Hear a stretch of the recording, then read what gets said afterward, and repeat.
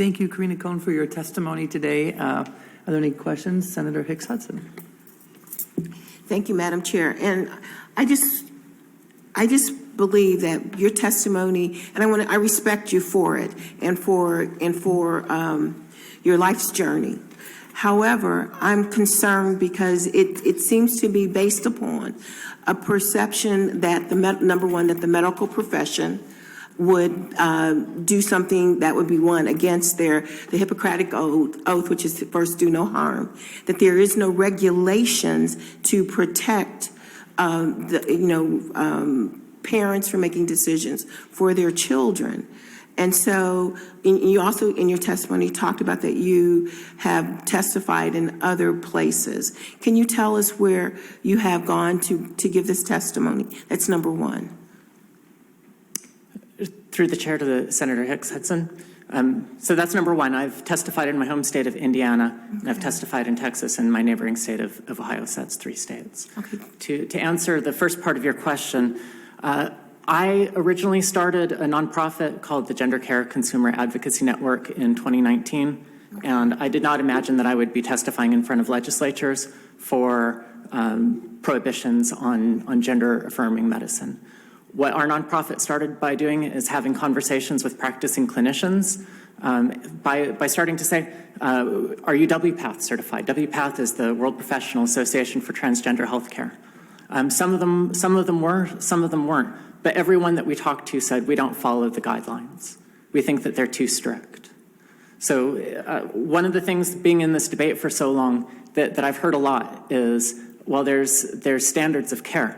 I can promise you that they are not being followed universally, and that last year, WPATH released its 8th standard of care, which decreased its standards even more. And one of the authors of the child chapter presented at a WPATH conference saying that the changes in that chapter, maybe this could be applied generally to WPATH, is to provide liability shields for the practitioners. So this body is the regulator of last resort. The clinicians will not do it themselves. As I alluded to in my testimony, the most principled ones will simply lose business to the clinicians who provide hormone prescriptions on the first visit. And we know for a fact that that's happening. A clinician in my home city of Indianapolis had explained that was his practice in a Reuters article.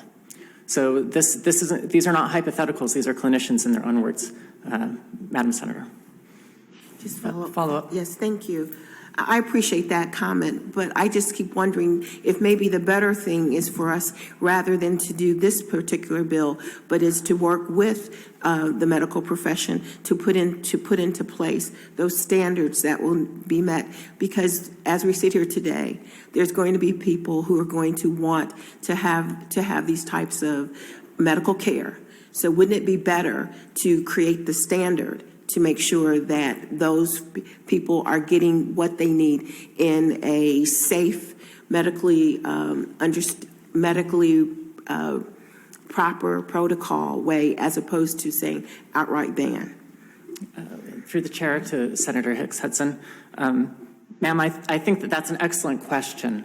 And I think what you would want to do to answer that is look at the practice of medicine in the state and find for yourself if there has ever been an occasion where there's a practice of medicine where a large percentage of the people in that field know that something is wrong and have been able to speak up to stop it from happening.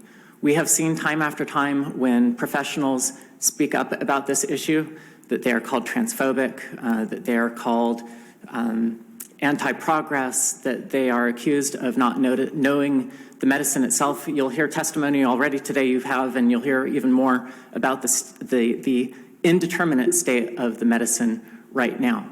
But the reputational cost for the doctors of Ohio to come here and speak and be publicly tarnished, having their reputations tarnished, I beg your pardon, but I know from speaking to the practitioners that this happens.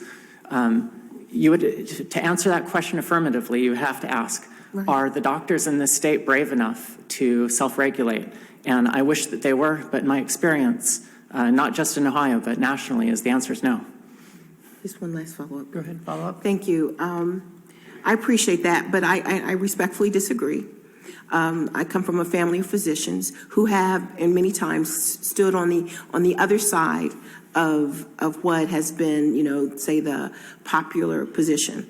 And I have to believe that more people are principled than are not principled, and that more people are go into these fields not for the financial gain, but because they want to do, and help people. So my question to you is, would you agree that while not maybe focusing this, let's put minors aside, that if there was an adult who has gone through a protocol or what have you, that reaches the decision that this is what they want to do, that they be able to do that as an adult? To have the procedures done to transfer to transgender. Through the chair to the senator, Senator, I pray you are correct. I pray that this is a state that has people who are making policy decisions based on principles and facts. I admire that you are from a family that is able to stand up against the orthodoxy and speak uncomfortable truths to people who need to hear them. There are always going to be adults, not only in Ohio, but nationwide, who reach maturity and decide for themselves that this is still something that they would like to be able to do. And I don't believe that this body should stop adults from seeking this type of care. But within the scope of this particular legislation, I think we ought to be protecting children. Thank you. And to thank you for your testimony. Also to clarify to anyone watching, this bill only does apply to minors.